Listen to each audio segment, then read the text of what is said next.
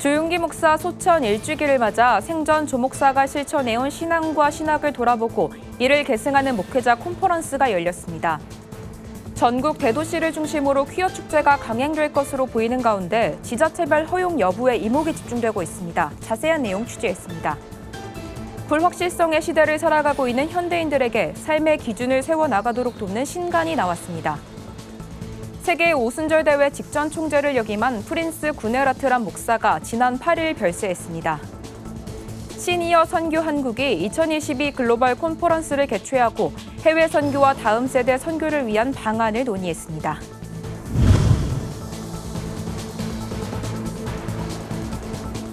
여러분 안녕하십니까? 구티비 뉴스입니다.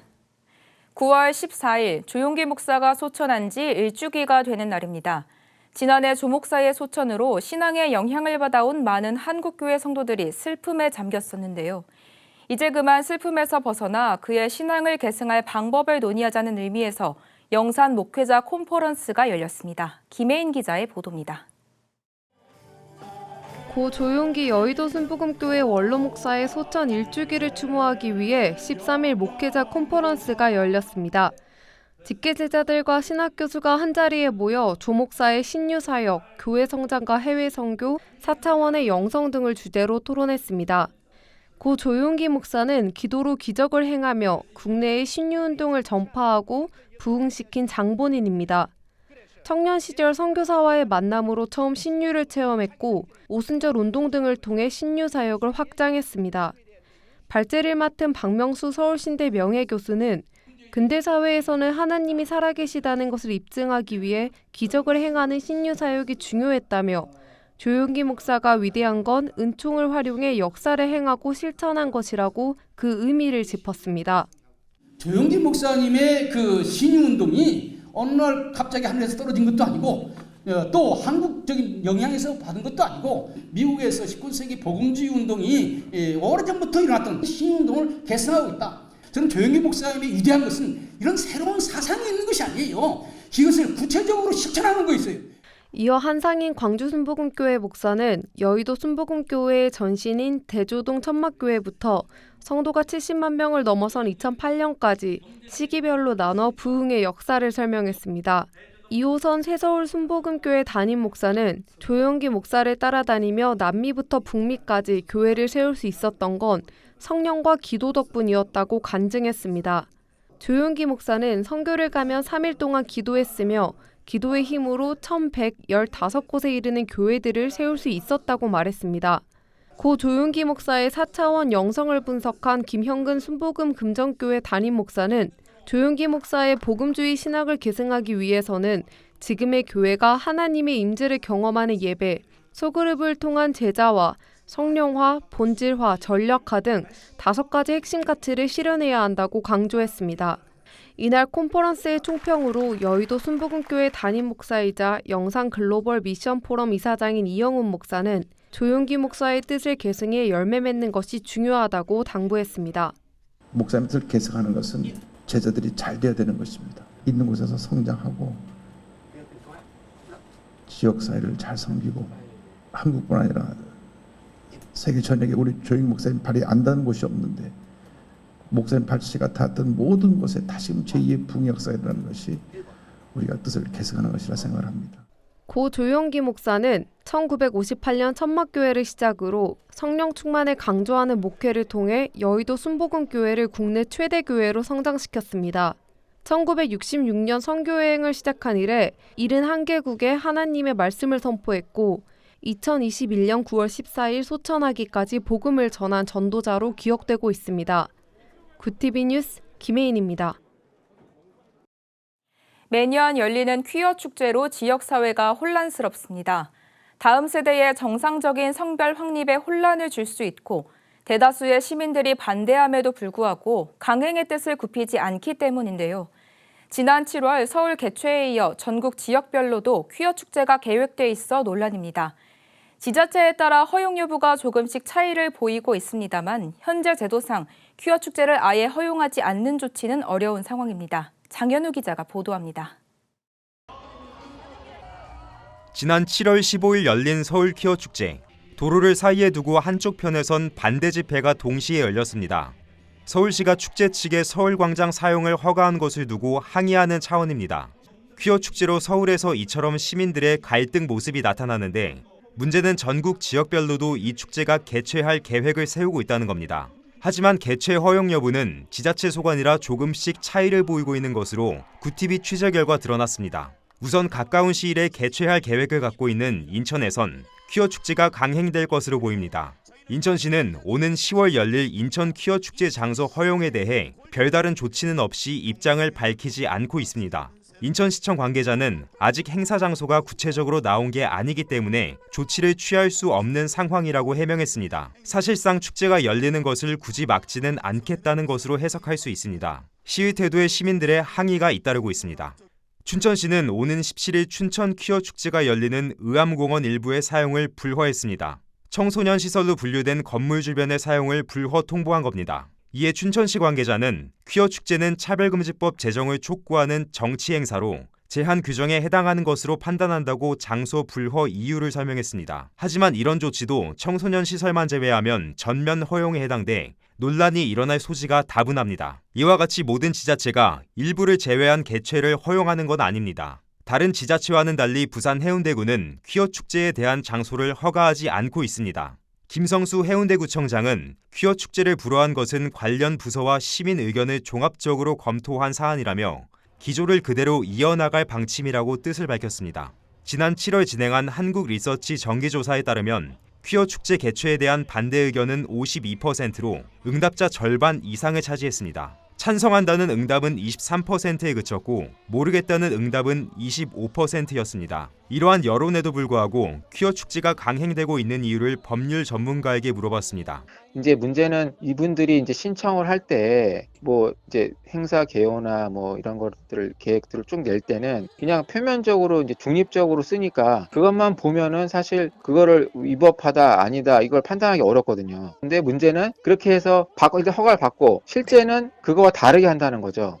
동성애 퀴어 축제 반대 국민대회 대변인 주요셉 목사는 지자체에서 축제 공간 허용을 불허한다고 해도 퀴어 축제를 편법으로라도 진행할 것이라고 우려를 표했습니다. 실제로 지난 2018년도에 동인천에서 개최된 제1회 인천 퀴어 축제는 반발이 거세지자 축제가 아닌 집회로 전환했습니다. 결국 관청의 장소 사용 허가를 거치지 않고 기습 개최된 겁니다.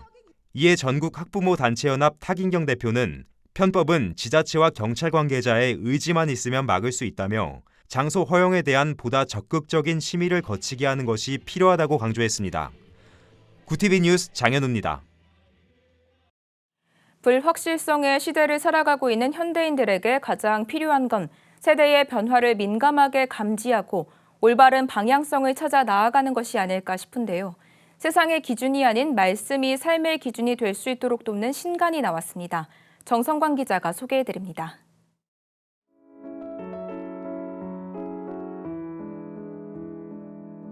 주로 이단들에 의해 수없이 오독되온 성경책 요한계시록.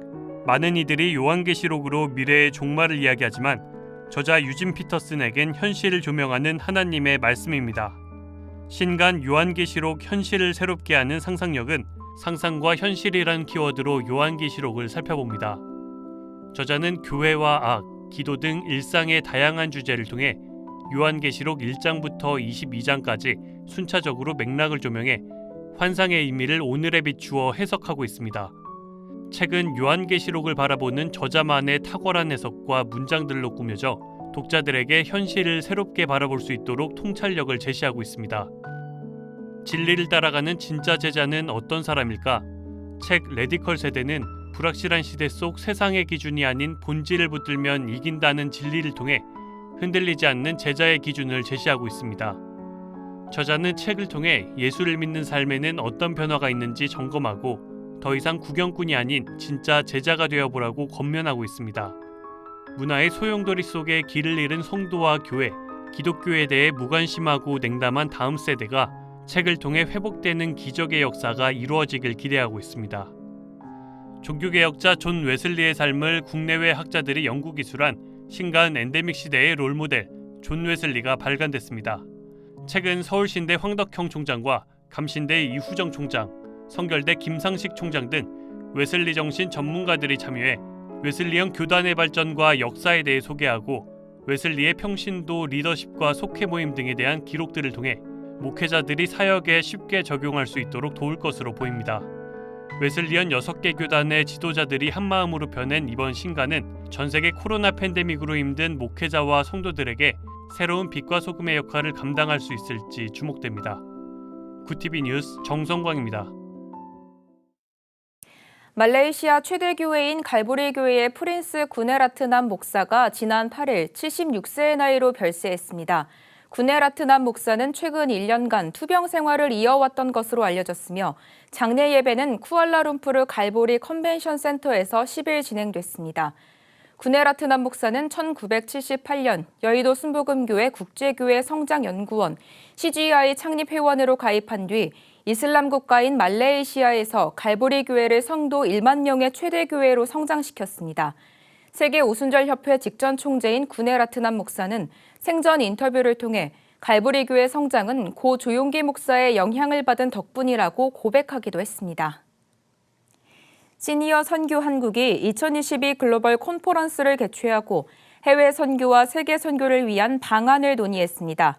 지난 1일부터 3일간 경기도 광주 광림수도원에서 열린 콘퍼런스에선 세계 각 지역의 선교사들과 지역 선교의 담당자들의 현장 이야기를 듣고 해외 선교, 국내 이주민 선교, 북한 선교, 다음 세대 선교 총 4가지의 비전을 확인하는 시간을 가졌습니다.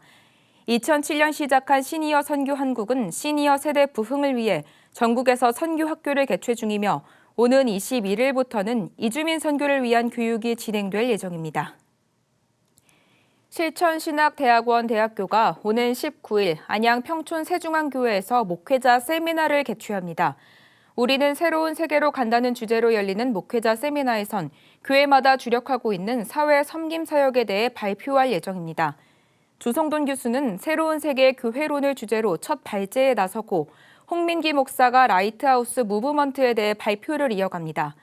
이재훈 목사는 온누리교회와 퐁당을, 황덕영 목사는 새중앙교회 코로나 사역을 각각 소개합니다. 마지막 세션에서는 지역 공동체와 청년 돌봄, 온 오프라인 개척, 온라인 목회, 고독사, 환경 목회 등 6개 강의가 진행됩니다.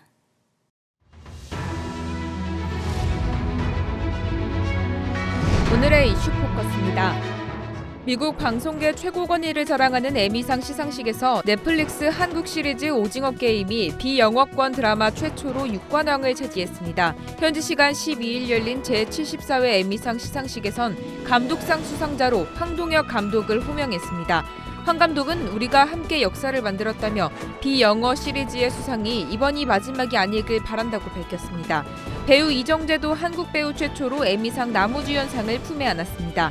이 밖에도 앞서 4일 열린 크리에이티브 아츠 에미상 시상식에서 오징어 게임은 게스트상, 시각효과상, 스턴트 퍼포먼스상, 프로덕션 디자인상을 수상하며 6관왕을 달성했습니다. 윤석열 대통령이 오늘 18일부터 24일까지 5박 7일에 걸쳐 영국과 미국, 캐나다 순방에 나섭니다. 윤 대통령은 먼저 순방 기간 중인 오는 현지 시간 19일 영국 런던에서 열리는 엘리자베스 2세 여왕의 장례식에 참석해 추모하고 위로의 뜻을 전합니다. 이후엔 미국 뉴욕으로 이동해 오는 20일 유엔 총회에서 기조 연설을 합니다. 이후 캐나다 방문에서는 주스틴 트루도 총리와 양자회담을 통해 경제 안보를 위한 공조 심화 방안을 논의할 예정입니다. 방역 당국이 이르면 올 가을부터 코로나19와 계절 독감이 동시 유행하는 트윈데믹이 올 가능성이 크다고 예상했습니다. 임수경 중앙방역대책본부 상황총괄단장은 13일 브리핑에서 코로나가 유행하면서 동시에 인플루엔자가 유행하는 상황이 올 가능성이 크다고 보고 있다며 두 질병 모두 발열과 기침, 인후통 등 증상이 있는 호흡기 감염병으로 정확하게 빨리 진단해 신속하게 치료하는 게 관건이라고 말했습니다. 이에 따라 방대본은 코로나19와 계절 독감을 동시에 검출하는 PCR 검사 도입을 검토 중입니다. 지난해 주요 커피 전문점과 패스트푸드점에서 사용된 일회용 컵이 10억 개가 넘은 것으로 나타났습니다. 매장에 회수되는 일회용 컵은 30%도 채 안 됐습니다. 특히 카페와 패스트푸드점 일회용 컵 사용량은 코로나19로 늘었는데 2017년에서 2019년 연평균 7억 8,484만 개에서 2020년에서 2021년 연평균 9억 9,556만 개로 증가했습니다. 지난해 사용량은 10억 2,389만여 개로 10억 개를 훌쩍 넘었습니다. 이슈 포커스였습니다.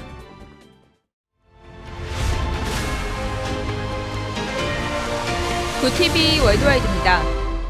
오늘 19일 엄수될 예정인 고 엘리자베스 2세 여왕의 장례식에 75만 명 이상이 운집할 것으로 예상됩니다. 런던에서는 여왕의 서거 소식이 전해진 지난 8일부터 버킹엄궁 앞에 시민들이 밤낮을 가리지 않고 모이며 추모 열기가 갈수록 뜨거워지고 있습니다. 75만 명가량의 조문객이 찾을 경우 조문 대기줄은 최장 8km, 대기 시간은 20시간에 달할 것으로 예상됩니다. 러시아를 상대로 대반격에 나선 우크라이나가 수복 지역을 파죽지세로 늘리고 있습니다. 볼로디미르 젤렌스키 우크라이나 대통령은 현지 시간 12일 심야 화상 연설에서 9월 들어 오늘까지 우리 전사들이 우크라이나 남부와 동부에서 6,000제곱킬로미터 이상을 해방시켰다고 말했습니다. 젤렌스키 대통령의 발언대로라면 러시아로부터 우크라이나가 되찾은 지역은 서울 면적의 10배에 해당합니다. 우크라이나군 정보당국은 수복 지역에서 러시아군이 대거 항복을 선언하고 있다고도 말했습니다. 미국 뉴욕주에서 기독교 입양 기관들이 동성 커플 혹은 미혼 동거 커플에 대한 아동 입양 서비스를 거부할 수 있게 됐습니다.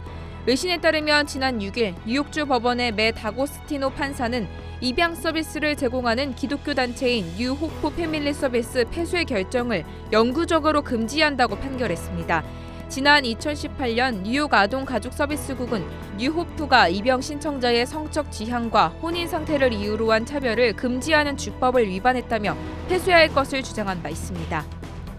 중국 기상당국이 유례 없는 최악 가뭄이 올해 가을까지 지속될 수 있다고 전망했습니다.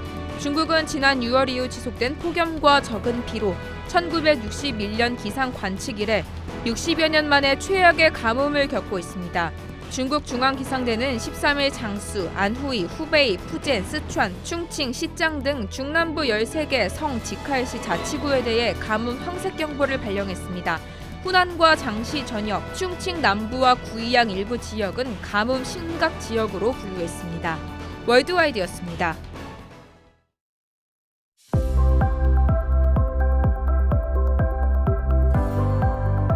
내일은 전국이 흐리고 제주도를 비롯한 전국 곳곳에 비가 내리겠습니다. 12호 태풍 무이파는 중국을 향할 것으로 예상됩니다. 우리나라는 직접 영향은 없겠지만 제주와 남해안을 중심으로 바람이 강하게 불겠습니다. 이어서 전국 날씨입니다. 내일 한낮 최고 기온은 서울 26도, 강릉 25도가 예상됩니다. 남부지방은 광주 30도, 부산 27도, 제주는 28도를 보이겠습니다. 날씨였습니다. 절망에 빠져있던 사람들에게 절대 긍정을 전파하며 교회의 부흥과 성장을 주도했던 고 조용기 목사가 소천한 지 1년이 됐습니다. 그의 신앙과 신학을 계승하기 위한 다양한 추모 행사가 열리고 있는데요. 절망의 시대를 살고 있는 현대인들에게 할 수 있다, 하면 된다는 희망의 메시지는 여전히 큰 울림을 주고 있습니다. 이상으로 뉴스를 마칩니다. 오늘도 함께해 주신 여러분 고맙습니다.